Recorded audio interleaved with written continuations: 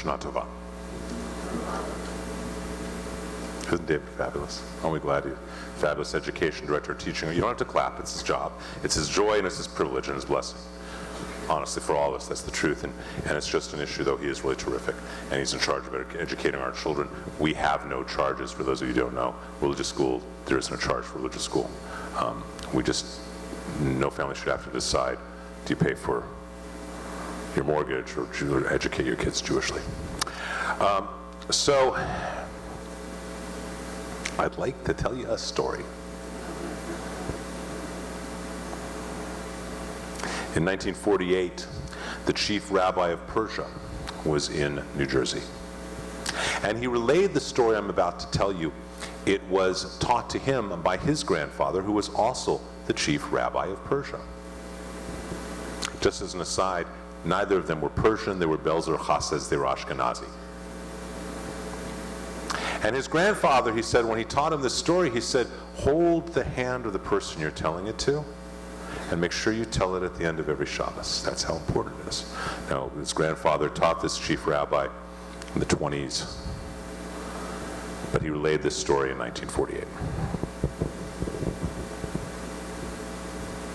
There was a Jew named Moishla. Moishla was an innkeeper. Is this a little loud? This feels a little loud, yes? No? Yes? Can we turn it down just a little bit, please? Great. Is that a little better? A little better? Yes? No? Okay. Okay. I probably should be asking the people in the back, shouldn't I? Okay. 2 Jews, 3 opinions, 4 synagogues, 5 rabbis, and God knows what we're going to do here. So Moishla is an innkeeper. He is not very successful. He also kind of negotiates in the marketplace for people. You know, buys something for a kopek, sells it for 2 kopeks, things like that. But he's not a very good businessman. For whatever reason, it hasn't really worked out for him, and he owns this inn. And he hasn't paid his rent in quite a few months. This is before the days of rental subsidies. And so he hasn't paid his rent, and the nobleman comes to say, Moishla, you're going to have to pay your rent by Monday, or I'm going to kill you. Now, in those days, especially for a Jew, if you did not pay your rent, your landlord had the right to kill you, to enslave your wife and children. That's the way it was. So Moishla was very nervous, but he had a wife of great faith, a wife of great strength, like Matt, like Sam, like myself, like all of us men, right? Actually, it's true. And this wife of fortitude and strength says to him, Moishla, don't worry about it. You know, I want you to go a few hours away. We're in a little village, but you can walk. And in a few hours, you can go see Rabbi Elimelech, Rav Elimelech. He's a miracle worker, and he will give us the rent money. Somehow he will figure out how to get it for us. Now, Moishla is not a very educated man, but he doesn't want to forget what he needs to say, and he wants to have it clear, so he writes a note that he puts next to his heart, because he's worried about the spelling, says, Elimelech, give me money for rent, I need money for rent. Puts it in his pocket. And he starts to walk the few hours to Rav Elimelech. And he's only got 1 pair of shoes, so he puts those over his neck, tied around his neck, because he doesn't want to wear them out. He wants to look respectful when he comes to the great rabbi. And so, as he's walking, he's about 45 minutes, an hour away from Rav Elimelech, and he says, to himself, I'm going to keep walking, but he sees 3 great rabbis, 2 rabbis and the seer of Lublin, a great, great mystic. And the seer of Lublin says, let me see why you're going, where you're going. And he says, no, I need to see Elimelech. He goes, let me see. And so the seer of Lublin, who had clear foresight, looks at this note, and he looks at Moishla. He says, Moishla, on Monday, no matter what, you must hide. You must hide. Moishla says, I don't care about you, seer of Lublin through a pliplet. I don't care. I'm going to see the great Rav Elimelech. And so he keeps walking, and these 3 rabbis follow him. They want to see what Elimelech's going to say. They get to Rabbi Elimelech, puts on his shoes. He shows Rav Elimelech the note, and Rav Elimelech, who's also a seer, sees the note, sees the conversation that he had with the seer of Lublin, sees the conversation, and knows what really is going on. And so he says, Moshele, I want you to do the following thing on Monday. When the landlord shows up, you tell him that it will cost him 10,000 rubles for you to stay, which is like $50,000. Moshele says, 10,000 rubles? You're not Rabbi Elimelech, you're Rabbi Meshuggah. Wait, you lost it. You're crazy. You want me to tell him when I owe money 10,000 rubles? Storms out, leaves and goes home. He's so upset, he forgets about it till Monday. And so Monday rolls around, and Moshele's walking, he's wandering. And he says to himself, wait, today's Monday, just as the nobleman, the landlord, comes riding up.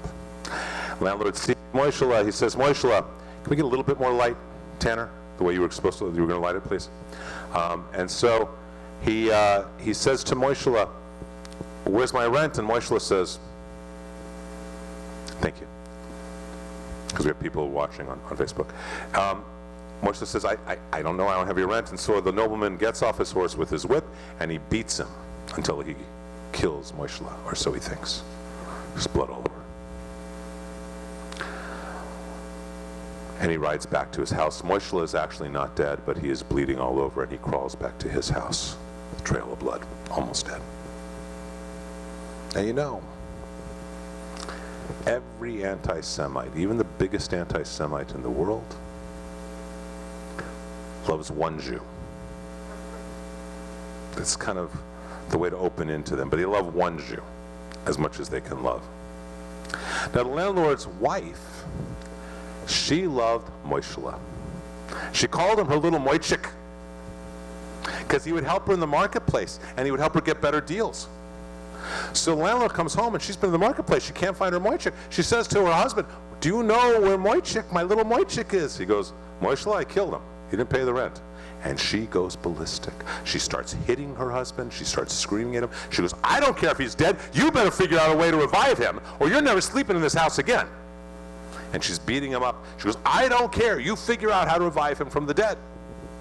So the nobleman goes to find where he found Moshele, where he left it.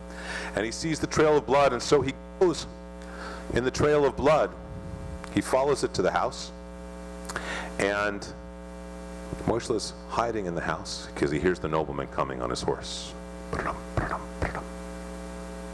And the landlord knocks on the door, says, Moshele, Moshele, come out. I know you're there, Moshele. I just need to talk to you. And Moshele says, you know what? I remember what the seer of Lublin told me. I'm going to hide. And so he stays hidden. And then the nobleman says, look, Moshele, I know you're in there. I'm not here to hurt you. I need you to stay in your house. No matter what, I need you to stay in your house. Suddenly, Moshele remembers what Rav Elimelech said. And he says, I'm only going to stay if you give me 10,000 rubles. The nobleman says, of course I will. He opens the door, and the nobleman gives him the note and gives him 10,000 rubles. Ultimately, within very few months, this changes Moshele's business. He's able to pay back as if it were a loan, the 10,000 rubles. He has a successful business. He's still doing his negotiating in the market, but his inn becomes very successful.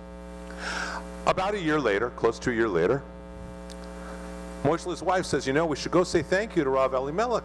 We haven't told him it's because of him that we're doing okay. So they get in a carriage now with some horses, and they drive to Rav Elimelech's home. And they get out, and Rav Elimelech is there along with the seer of Lublin and the other two rabbis. And Moshele tells his story.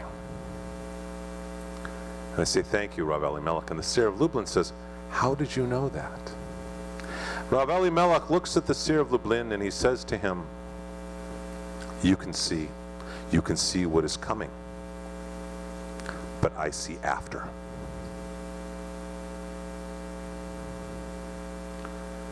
The chief rabbi of Persia said he never understood that until the Holocaust. And it's important to see what is after, so we see that however dark it is, we see what really is going to happen, and that's very rare. Now, why do I tell this story? Besides, it's fun and all that. A year ago on Rosh HaShana, I shared with everyone, and we were the largest live services in the state last year, and you all know we have never closed our doors, not once during this time period. But I shared with everyone a story or teaching of the Chasam Sofer, a rabbi from the 1800s. How many of you remember this teaching? I know you do. And this prophecy. He said that 5780, which was 2 years ago, this man wrote this in the 1800s, this great rabbi, he said 5780 will be the worst year in human history. And then he said 5781, which is the year we just finished. As bad as 5780 will be, 5781 will be that good. Now on the surface, it does not seem as if 5781 was such a great year, right? But the Chasam Sofer, like Rav Eli Melech, didn't just see, he saw what comes after. And if you look at it that way, this has been the most amazing year of our lives. And let me explain to you why I say that. My whole life, one of the frustrations that I've always had is people have a lack of passion and they don't stand up. How many people just sort of wander aimlessly, meandering through life? They don't stand here, they don't stand there. And until you learn to stand in one place, you can never stand in the right place. Instead, like little children, they wander around without commitment. Can you guys all relate to that? Yes? People just wandering through life. This past year changed all of it. Suddenly, people are taking a stand. They are waking up. Now, whether their stand is good or not good, at least they're making a stand. And once they are, then it just becomes a shift to move them in the right direction. But they have been making a stand because circumstances, crises, and chaos have forced them to.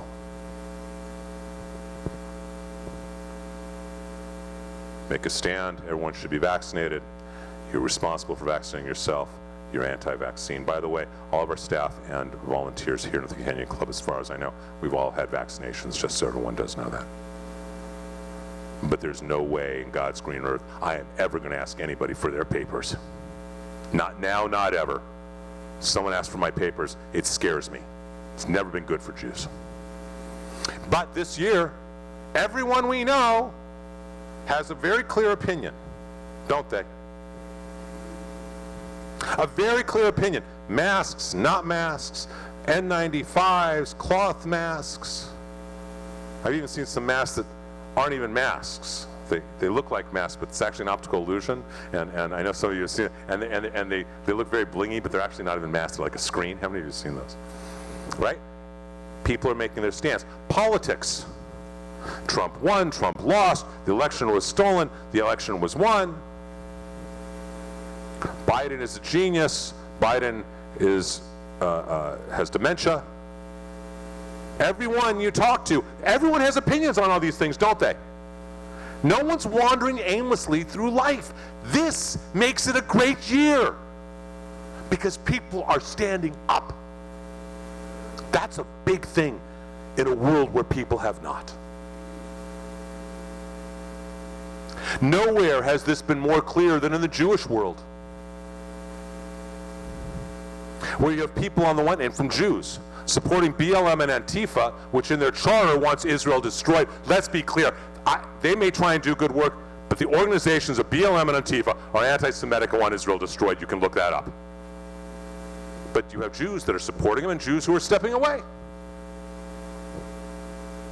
We've always had anti-Semites in Congress, but only recently have I seen the overt anti-Semitism of Tlaib and Omar, may their memory be blotted out, and their anti-Semitism, and yet you have both Jews who do everything to stop them and Jews who support them. In the Jewish world, we've been fighting with each other. Jewish political aides saying that we should not wear our yarmulkes. We should not wear our jewelry in public. We should hide. Ben and Jerry's, two men born Jewish who don't even claim that they're Jewish anymore. How many of you know that? And what they did with BDS and against Israel. All these decisions we need to make. And we need to recognize, where do we stand? And do we stand? Some of you know this past year, I've gotten a lot of hate mail because we've kept our doors open. My house was also vandalized. And probably by a Jew. Because we had a big mezuzah and a wooden mezuzah, and they didn't come off. They actually took like a crowbar or a screwdriver to break apart the mezuzah and take half of it and the scroll and throw it into a planter and by the street, and a non-Jew wouldn't even know to do that. And we've had Jews who have written publicly that this temple board and this rabbi should be arrested and die. God forbid. So you know what happened when that mezuzah was broken? That day, I went to Shalom House, bought a bigger mezuzah, and put up some security, film security. I thought about putting up a sign I once saw that said, we believe in God and have a firearm, and if you try and hurt us, you will meet both by tomorrow.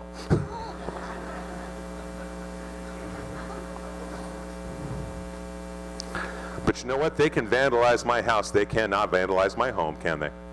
My home are the relationships. My home are my wife, my children, our friendships, this community. My home cannot be vandalized unless I let them. My home is Torah. We have the opportunity right now to choose to be supportive, to find our home in Torah, find our home in Judaism, not just let it fall away, but rather to let it take us home. Reminds me, there's a story in the Talmud. Some of you may have heard it. But these times remind me of this story in the Talmud. Rabbi Akiva, the great Rabbi Akiva, the Jews have been forbidden from practicing Judaism by the Roman government. The great Rabbi Akiva continues to practice and teach it. And another rabbi comes to him and says, Akiva, don't you know what you're doing? They're going to kill you. And Akiva responds with a parable. He says, let me tell you a parable. A fox was walking by a stream, and the fish were very chaotically swimming around. They were in chaos and confusion. And the fox said, fish, what's the problem? And the fish says, the humans have set traps for us to kill us. And the fox says, you know what, come out on the land like our ancestors, you'll be safe. And the fish starts to laugh. He says, you're supposed to be so wise, you're really the foolish of all creatures, most foolish of all creatures. If we are in danger in our home, how much more danger are we when we get out of our home? And then Akiva finishes this parable, and he tells the other rabbi, our home in the length of our days is Torah. That is our stream, the Jewish community, Jewish world, Jewish values, Jewish ethics. And if we are to leave that stream, how much more danger will we be in these dangerous times than right now? We need to stay in our stream, and our stream is Torah. You know, Shlomo Carlebach once said that an assimilated Jew is someone who believes the world is stronger than God, and there's nothing stronger than God.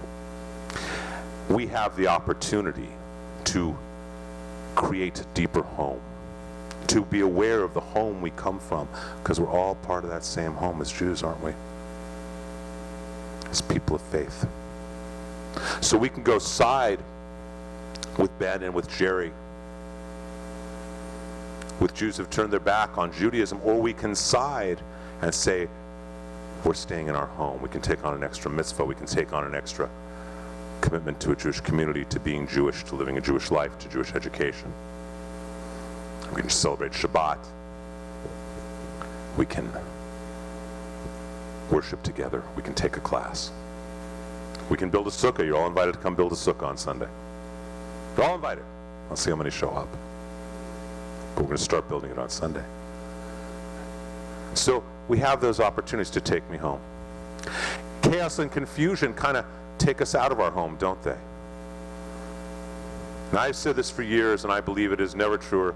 I've said for years this, and I believe it is now true. I've said that I've believed For years I've said that in our lifetime, every Jew will need to make a determination. Are you an American who happens to be Jewish, or are you a Jew living in America? And whatever you think your determination is, you need to recognize that the rest of the country views us as the Jews living in America, as the outsiders. And I think we're seeing that more and more, and we need to be clear in our home of Judaism. But let me tell you some good news, because that's all pretty heavy, isn't it? The chaos and the confusion also leads to beautiful things to make our home. Beautiful, beautiful things. Never in my rabbinic life have I ever done so many weddings as I did this past summer. Boy, am I tired. Because there were so many young couples who wanted to get married last year, and they were tired of waiting. And so they got married this past summer. They found and returned home. It's pretty cool, isn't it? Now let me tell you something really cool. One of those weddings was in Mexico. And, it's a destination wedding. It's, basically 4 days of nonstop partying. Boy, am I getting old. So on Friday, 300 people, they take it over to this resort, and there's a pool party. And if any of you want to see it, I actually have it on video, so does Allison. Where's my beloved wife? Somewhere. Wherever she is, there she is. She has it on video as well, because we saw it. We had a video, and we both started sobbing. So here we are in Mexico, and there's all these people partying in a pool. Sounds good, right? And they had brought an Israeli flag down with them, and they were dancing. These young Jews were dancing with the flag. They brought it down to Mexico. And if that's not going home, I don't know what is. That's what it's about. So chaos and confusion can also lead to joy and to coming home. And you know what happens when you come home? When you're in your Jewish community and you're celebrating like these young people were? You know what happens when we decide to get married in the face of whatever dangers? You find something you can't find anywhere else. It's called freedom. Torah is not meant to burden us, but rather it gives us freedom. And if you could have seen these young people in Mexico dancing with an Israeli flag, you would understand what real passion, real joy, and real freedom is, because they chose to come home. And that is what we all need to do. That's what we need to remember on Rosh HaShana. Yes, people have woken up this year because of the chaos, because of the confusion, because of all the challenges, but we need to remember to take that waking up and turn it into a positive, where we are committed to Jewish home, Jewish family, Jewish ethics, Jewish values, and in so doing find real freedom.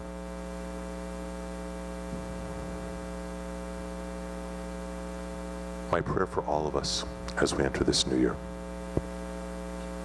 is that we find the true freedom that only comes with finding our home. That we recognize that they may be able to hurt our house, but nothing can ever hurt our spiritual home that we will build one piece at a time. My prayer for all of us is that we wake up. We realize however ordinary or extraordinary we may think we are all extraordinary. All welcomed home in God's arms with Torah, with the mitzvot. My prayer for all of us in this new holiday, this new year, is that we change the chaos and confusion into the freedom of finding our real homes as individuals, together in our families, in our communities, in our nation, in this world, and especially in our relationships with God. Amen. Don't start.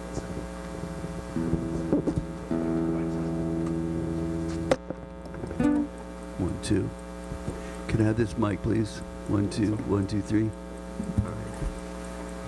Here we go.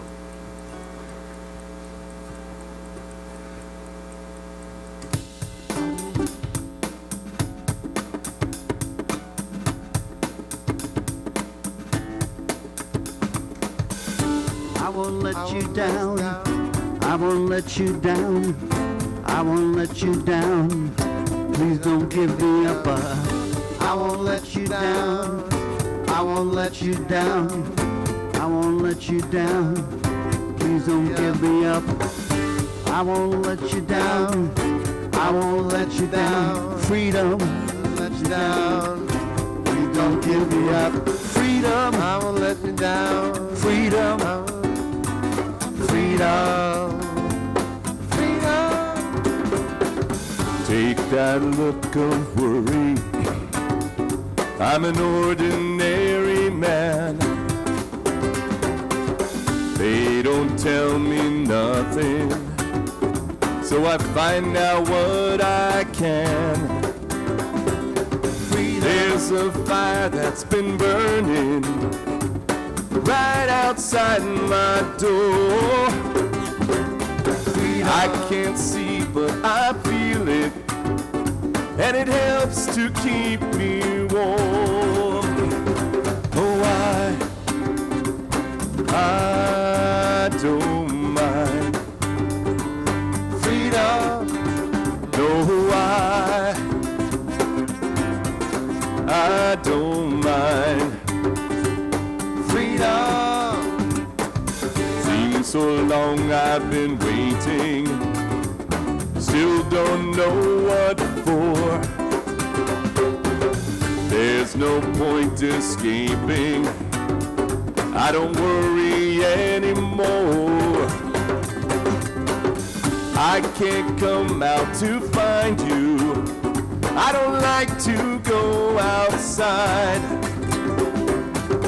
They can't turn off my feelings like they're turning off the lights. But I don't mind freedom. No,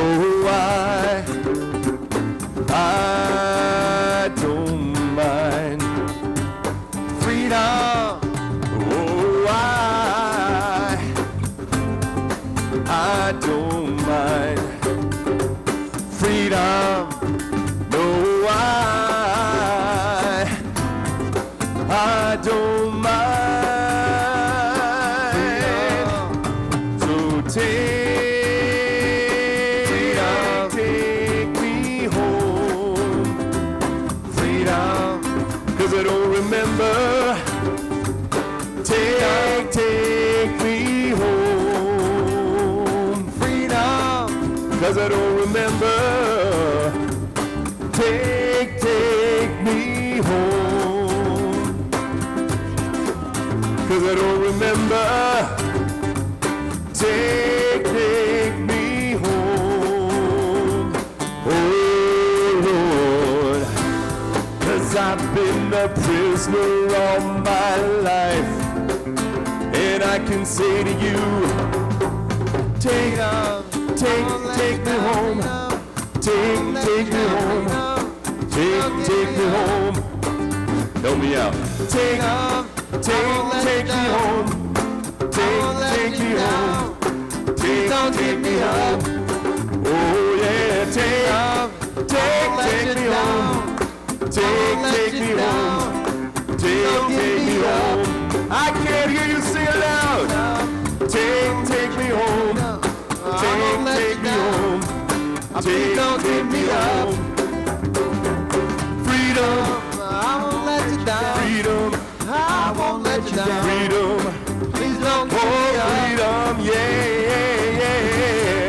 Oh, freedom, freedom. Can you hear me? All right, great. My name is Matthew Haverim. I am Jewish, the first generation son of Jews who fled persecution in Iran. At 11 p.m. on May 18th, I was seated in front of a sushi restaurant in LA when my table was violently attacked by a pro-Palestinian mob, simply because we answered yes to their question, "Are you Jewish?" 3 words that should sound the siren for any Jew in Baghdad or Beirut, but not in Los Angeles and not anywhere in America. That night, a caravan of Palestinian flags stopped directly across our table, and with a megaphone they demanded, "Are you down with Palestine? You're either with us or against us." They sought to provoke us, and seeing we weren't interested, they continued to hound us. "Are you Israeli? Are you Jewish?" Stunned, we instinctively rose to our feet and responded yes. The man with the megaphone told us we ought to be ashamed of ourselves. The 4 of us were ambushed, outnumbered by 15 thugs. Our night ended with our friend in the hospital and my cousin Shahab, who we all saw rise for an aliyah with his wife, treated for head wounds from repeated kicks to his head. I got away lucky with just a couple punches to my face. My jaw still clicks and cracks, no longer in its place. I think about that moment. Why did we stand up? Because we are Jewish, and we should have no reason to fear saying it. I'm not typically a fighter, and I wasn't looking to escalate. But if you ask me if I'm Jewish, my answer will always be yes.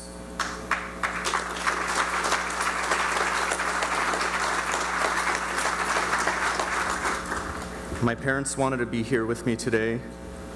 They fled anti-Semitism in Iran, trading home and 2,500 years of Jewish Iranian tradition for the pillars of tolerance and liberty that we find here in America.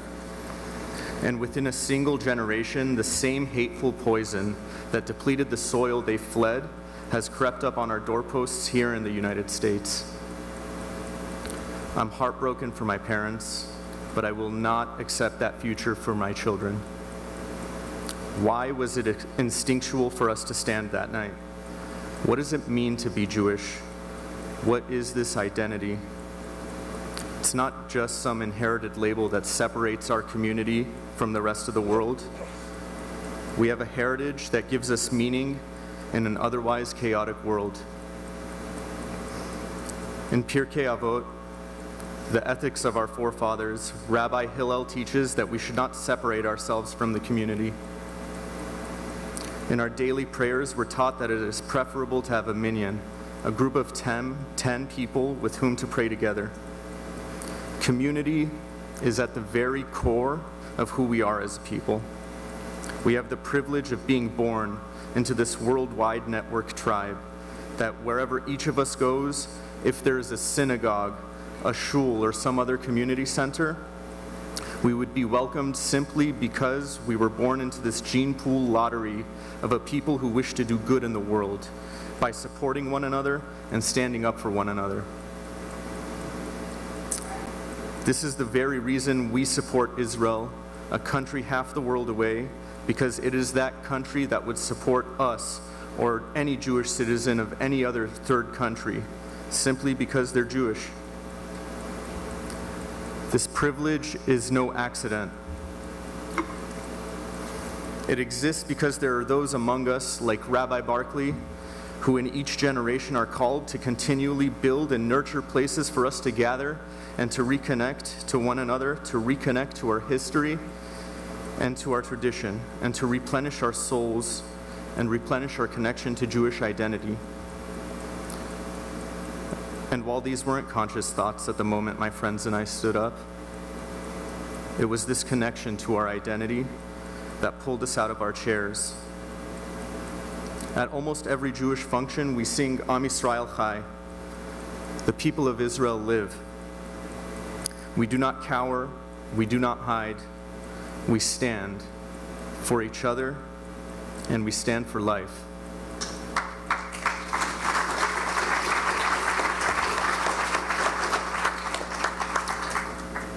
This worldwide community is a vibrant and thriving community in the face of the challenges we nevertheless face. But at home, here in America, that word, community, has gradually come to mean less and less. Synagogues are failing across our country. Memberships are plummeting. And who could blame us? Why should Jews have to pay dues to pray at a synagogue?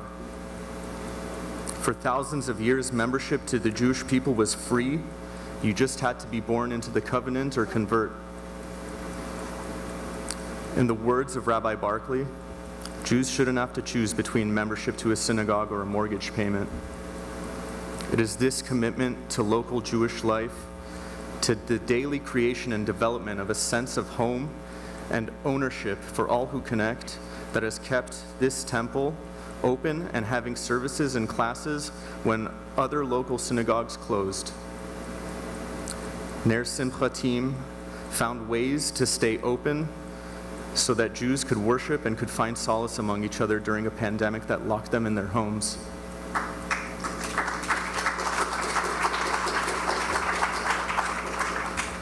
Act. Take action. Stand and know what you stand for. Create the thing that you're standing for.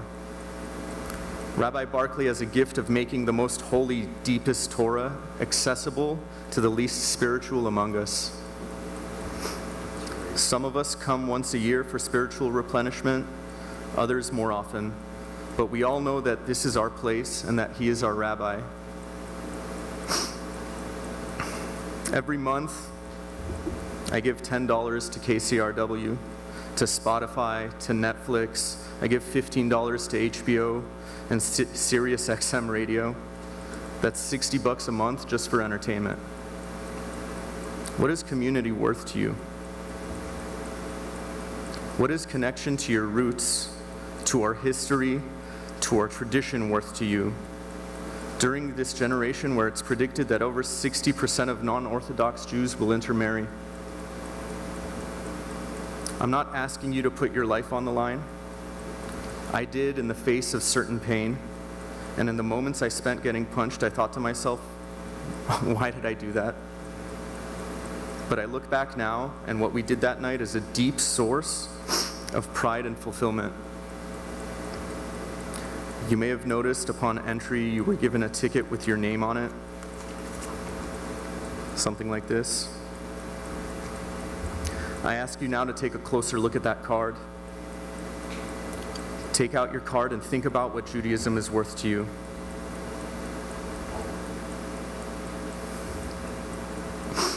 Picture that number in your head,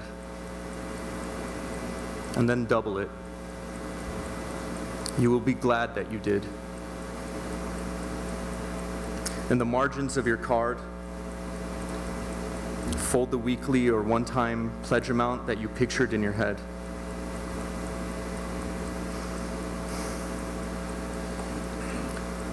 Take this opportunity to give and let it be a source of pride and fulfillment for you and your family for the rest of this new year. It is our privilege to connect to each other and to our tradition, and it is our duty to help in whatever way we can to ensure the continuity of this space. Take action. Be a participant. Let us all have a stake in creating this community together. May we all be written in the book of life. Ushers should be coming around to collect those cards. If you have not done so already, look at the tab that speaks to you on the margins. And if you have the means, fold the one above it.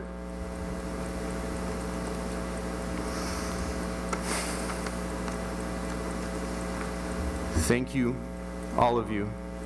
It is my privilege to be here today and to share this story with you. And thank you, Rabbi. It is our privilege to be a part of this community and this year onward.